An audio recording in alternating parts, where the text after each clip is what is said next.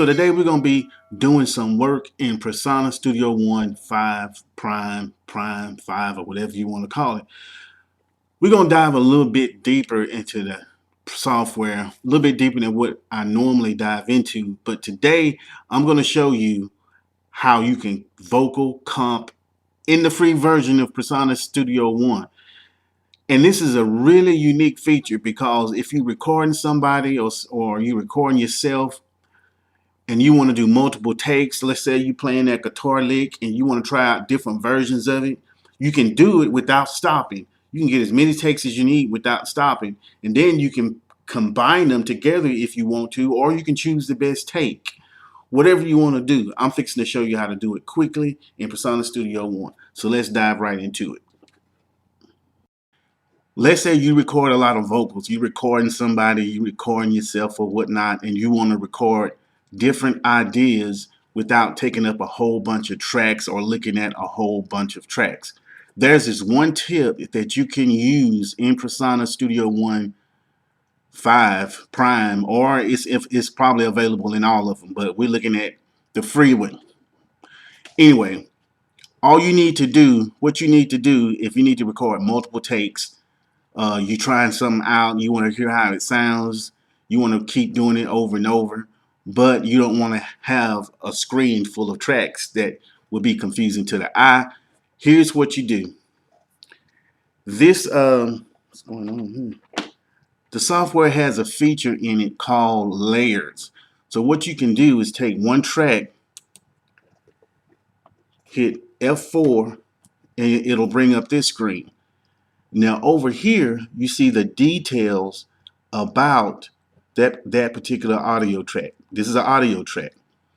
So you have layers. Track right now is track 1.1 because I haven't created any layers. Layers follow events. This is when you're looking at you got the layers out and you want to follow the events. So all you got to do is let's go ahead. Let's just record something.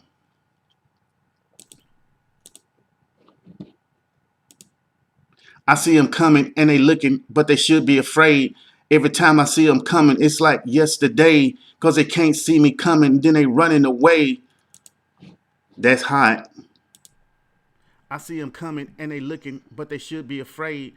Every time I see them coming, it's like yesterday. So you don't like that. You say, okay. Or you say, that's far. That's far. Then you come down here and you can click duplicate layer. You can add layer, and we're just going to leave it at this name, track 1.2. Now we are on track 1.2. Then you'd be like, I see them coming still, but they still want to flow. And here we go down this road like never before. Okay. I see them coming still, but they still want to flow. And here we go down this. Nevertheless, so now you are looking at the second take. First take, click back, you got the second take.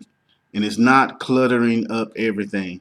And when you play it, I see them coming and they looking still want to flow. And here we go down this road like yesterday. So you can actually flip back and forth at the same time while it's playing and pick which one you want. This is one. I see them coming and they looking, but they should be afraid. We go down this road like never before. That's a pretty neat feature in itself, to where if you are recording vocals, or it don't matter, guitar riffs, or if you're trying to play this jazzy ass piano solo and then you want to see which one sounds the best, that is the best way to do it. And you can just keep building upon these layers. This is the third one. Here we go, here we go, here we go, here we go. So now we can flip back and forth through all of them. Here we go, here we go, here we go, here we go on the flow. And here we go down this road like never before. So that is a pretty awesome tip that will definitely help you get your flow flowing. Okay, so now that we got that one out of the way, let's go ahead and I'm going to show you what else you can do with these layers. So, so now we know how to manually record layers. Well, I'm going to show you how you don't even have to add the layers. Presonus will automatically add the layers when you record. Here's all you have to do. First thing you want to do is select loop, record, loop down here. And then you'll set your loop. We'll set that from here to here. Now you're probably answering, how did I even bring this up? You just click the record panel, because normally it's going to look like this. You hit this little gear down here, it goes up to this right here, and that'll bring up this. Then the next thing you want to do is click takes to layers. Now let me show you what that does. We got the loop done. Now this is real good. Let's say if you record and trying to record a guitar solo or trying to bang out a chorus, or it doesn't matter, something that you know you just want to keep doing it a few times and then use the best one, or even do a whole bunch of takes real quickly and then come back and comp them together. So you'll hit record. Let's do it. Come through the game with it, calls them real. Everybody looking, they know these niggas don't chill. When I flow, I floss, you know the deal. I don't even care about it. I don't even care about it when I come. Now, normally, what I would be recording is the same thing over and over, but I'm just kind of making up this as I go. So as you can see, it keeps loop recording. So if I was saying the same thing over and over, it's going to record the same thing over and over. And once you've done doing that, then you'll just click stop, and boom. Now you got multiple takes of what you were trying to do. So now what you can do is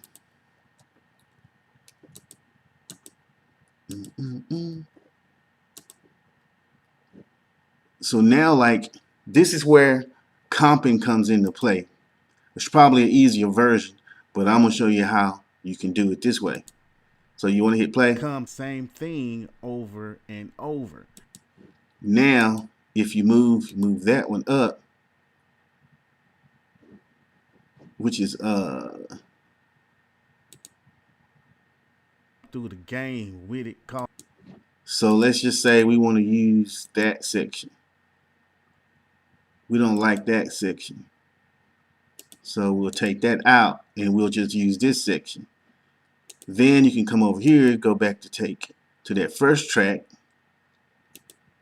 Let's just say you want to use that section of, you don't like that section of that, so you take that out. Then you play your third track. You notice I'm just selecting the tracks. This as I go. So as you can see, oh, you say you like this from here on this one. So now you can take all of that out. And let's say on number 4, you like all the way from here to the end. So then you can just take that out. So now what you have is, so then you want to go back to the other ones, 1 to 1. So you want to keep that. You already know. And notice this is lining it up. So you can take that whole section out like that. Then you're going to use this. You don't need that. You're going to use this. So you're going to go to track 1 of 1. Since you're going to use this one, you're going to keep that. You can take all of this out because we're going to keep that. Go back to track 1 because you're not going to use that. Take that out. Then go to track 2. Now this is if you plan this, of course. You're not going to be able to visually do it, but for the sake of time, I'm not going to sit and play each one because I'm not even saying the same thing. So you know you're going to use those 2. You know you're going to use that. And you know you're going to use that. So we'll take out that, and wait a minute, I did the wrong thing. Let's say we're going to use that. Undo, delete. We'll do. And there you go. we'll come right here, and we're going to use that, and then go back to track 4. You know, you said, ooh, that's fire. Oh, I did that wrong. Undo, split event. Got it nice. Now you have 4 tracks. Okay, so now that we got the parts of the track of the various layers that we're going to use, then all you have to do is use your range tool, select that, and then double click, and then it moves it up. Select that. In fact, you can do it all at once. Double click. Well, guess you can't do it all at once.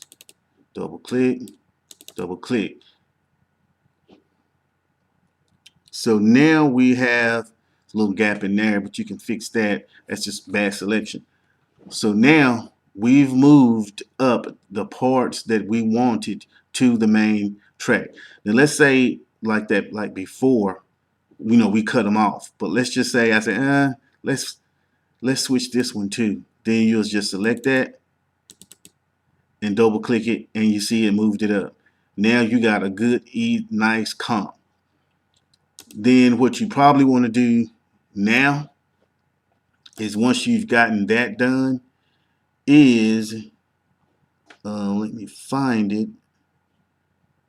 May not be here.